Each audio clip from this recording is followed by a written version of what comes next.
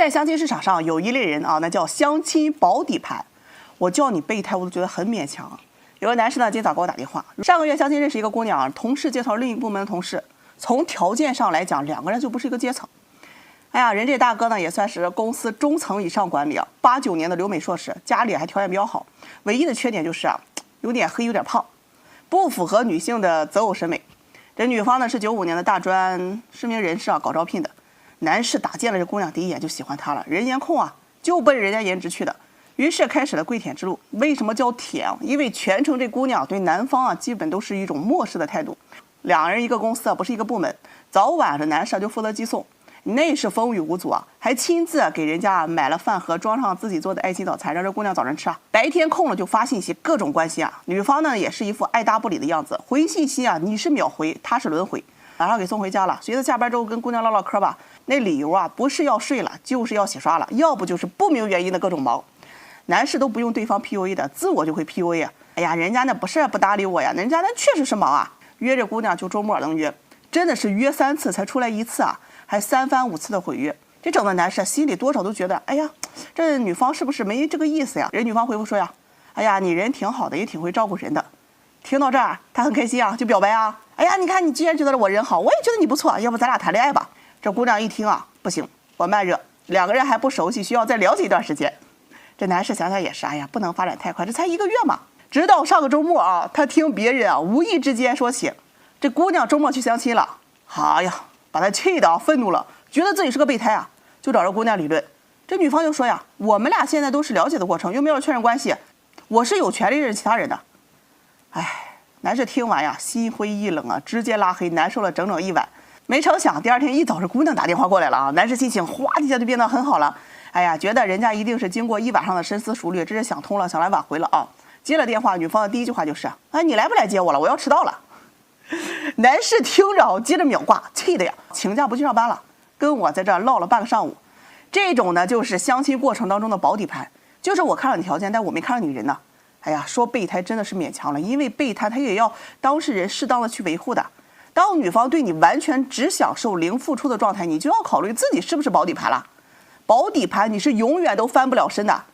他对你没有男欢女爱的那种好感，但是可以从你身上得到很多的好处，或者说可以把你当做实在没得可选的一个保底退路。就像我们去找工作，你同时可以面试很多公司吧，但最好的那个，在他有确定结果之前，我们不会贸然的去拒绝那些比较差的人都是怕两头空的。愿不愿意回微信绝对是可以当做人与人之间的关系试金石，不仅仅是男女之间你可以想想自己嘛，哪些人的微信我们抬眼看了一眼就放下了？哪些人的微信我们看了一眼就不想回的？很简单的事情，真的是忙的连信息都回复不了吗？他连信息都懒得回，说明他对你完全没有异性之间的好感。男女之事，人之大欲女人是无法在喜欢的人面前压抑自己的好感的，尤其是对方先表达了追求。能够天天联系，没有彻底的脱离，只是你的其他条件在他的眼里可以当做一个保底的选项，而且联系呢还能得到一些实惠的好处，联系也无妨嘛。但要他平时对你投入一些时间和心思那是万万都不可能的。哪怕回个信息他都觉得费劲，你还指望他爱你吗？他在同时期还会寻觅更加优质的相亲对象，那一定是个必然的事情。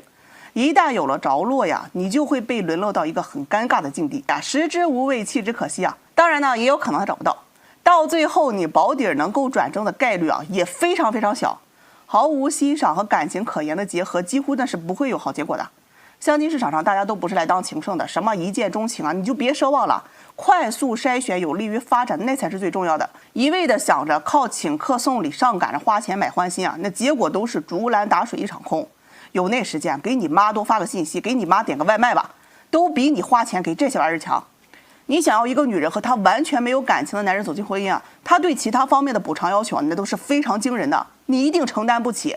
所以做个聪明而且知进退的人吧，保底盘咱们绝对不做。散会。上午许愿池刚开门有一姑娘来找对象，我一看这年龄有点大一问年龄40岁了，我以为她是离异的，人眼一翻告诉我是未婚的。乖乖听完之后我咯噔一下，完了，40岁未婚的多数的不好搞坐下我就跟他唠想找个什么样的呀？他说自己是医生，83年的，有车有房有存款，这收入可观，想找个副厅级以上的公务员大家自己想想，或者1年100万以上的男人。我一愣，大早晨咱能不能提点正常的要求好想踹一脚那门口的王八，这门又没我看好。我好言相劝呀，不好找。你这条件虽然好，但是男人看中的多半他不在你的经济条件，而是你的年龄、外貌、性格这一些。有这条件的男人啊，人有能力啊，可以选择更好的啊。这姑娘啊，聊着聊着就说到了自己的过去啊，特别的后悔。30岁那年呢，本来是应该结婚的，有了一个谈了3、4年的男朋友。人男方呢还是中央财经大学毕业的高材生啊，国企工作。就是因为家里是农村，条件比较差，他父母就有点嫌贫爱富，鼓动他呀去跟另外一个家里开厂子的男人相亲。他也觉得自己条件好呀，应该找个更好的。结果人家相亲的对象啊就没看上他，找了一个更年轻的女人。他后来呀就开始不断的去相亲啊，要求非常明确啊，就要找条件好的。那时候他也好找，那医生嘛，很多男人都愿意认识他的。但是他的要求啊，他不仅仅条件，还有眼缘感觉啊。另外要求这男方得情商高，会疼人啊。不是看不上这个就看不上那个，他看上的不是嫌他年龄大，就是嫌他家条件也不好。两方啊互相挑挑拣拣，没一个满意的。一晃35岁了，父母急了呀，也不嫌贫爱富了，劝他只要这个男人条件差不多就行啊。女人呢还得生孩子，你别耽误太久。但这姑娘她不甘心了呀，那周边朋友同事一个个都等着看她笑话呢。我就不能随便嫁了。好了，又挑了5年，40岁了。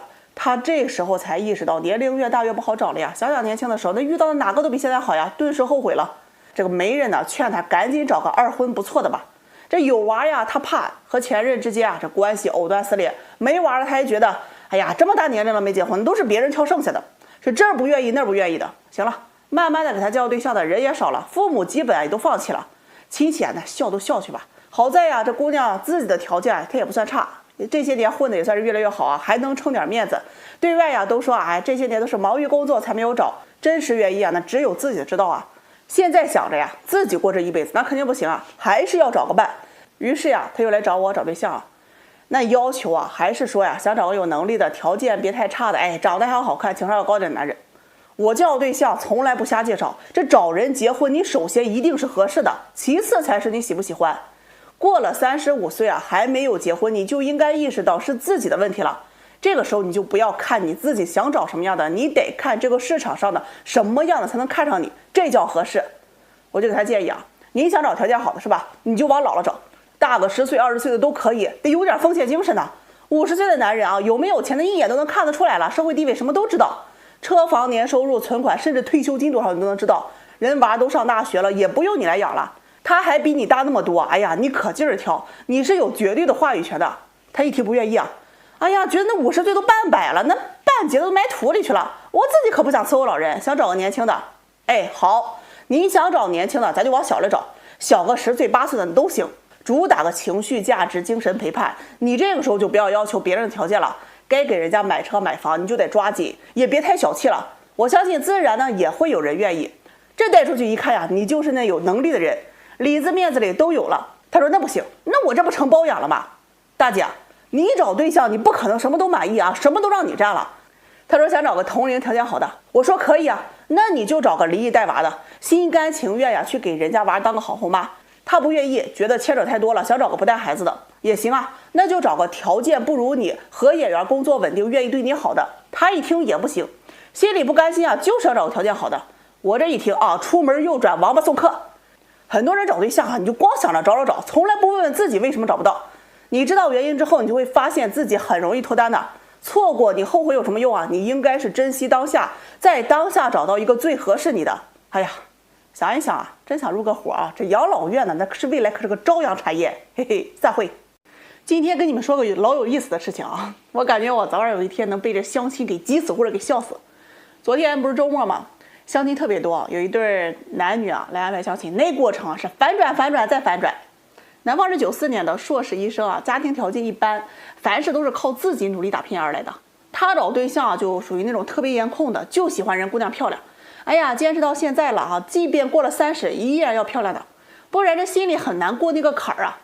这个女方呢是96年的大专，做自媒体工作的，是一个旅游博主。人家里条件太好嘞。做生意啊，这女方呢也说呀，这工作只是为了满足自己的爱好。她呢想找个自己喜欢的，有朝一日啊继承家里的产业。人家他爸呢也说了，只要他不去乱花乱投资败家呀，这家里这钱2辈子都够他花不完的。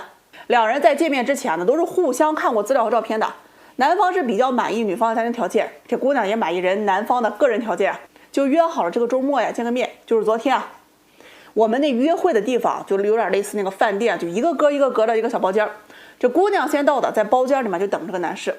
男士堵车来的晚了呀，着急忙慌的就进那个包间啊去找那个姑娘去了。我跟你们讲，打男士进去的时候，我在那儿装水啊，就要烧水喝茶嘛。这水还没烧开啊，这男士就出来了，直接就跟我讲啊，老师我颜控受不了，这姑娘啊嘴有点大，我不喜欢。哎呀，我这一听，你这情商你不喜欢你得多待一会儿吧，你这么快出来，人这姑娘她没有面啊。男士呢说话也直，那有啥呀，反正不合适，以后也见不着，也不是朋友，没必要因为面子去委屈自己吧，也别耽误大家时间了。说完呢，转身就走了呀。哎呀，把我愁的呀哈！你说我这怎么跟人姑娘交代呀？怕人姑娘自尊心受打击啊！我就主动去了包间啊，跟他解释这男士有点事儿先走了，也表达了一下男士的意思，觉得两个人不太合适啊，就不考虑继续发展了嘛。一般女孩子这个时候就知难而退了呀。哎呀，人这姑娘性格老好了，她嫌我丑的跟我说了，不过没关系，我喜欢她，我会对她好的。我这一听，哎呀，这还不好意思拒绝了还。人男士呢明确的表达了不想认识了，所以啊，我们可以认识一下其他男士吗？这女孩子呀，不让我给她传话啊。父母在婚后啊会赠予我们俩一套洋房，写上两个人名字，不需要男方呢出婚房，一辆豪华轿车也写男方的名字，而且不要彩礼，可以随嫁妆。这个呢是我的诚意。哦呦，听完我都很心动啊！人姑娘话都说完了呀，我就立马给男士传过去了。男士当时就跟我表态说呀，自己不是一个可以被利益驱使的人。哎呦，那感情啊，它不是物件，怎么可以拿来去置换买卖呢？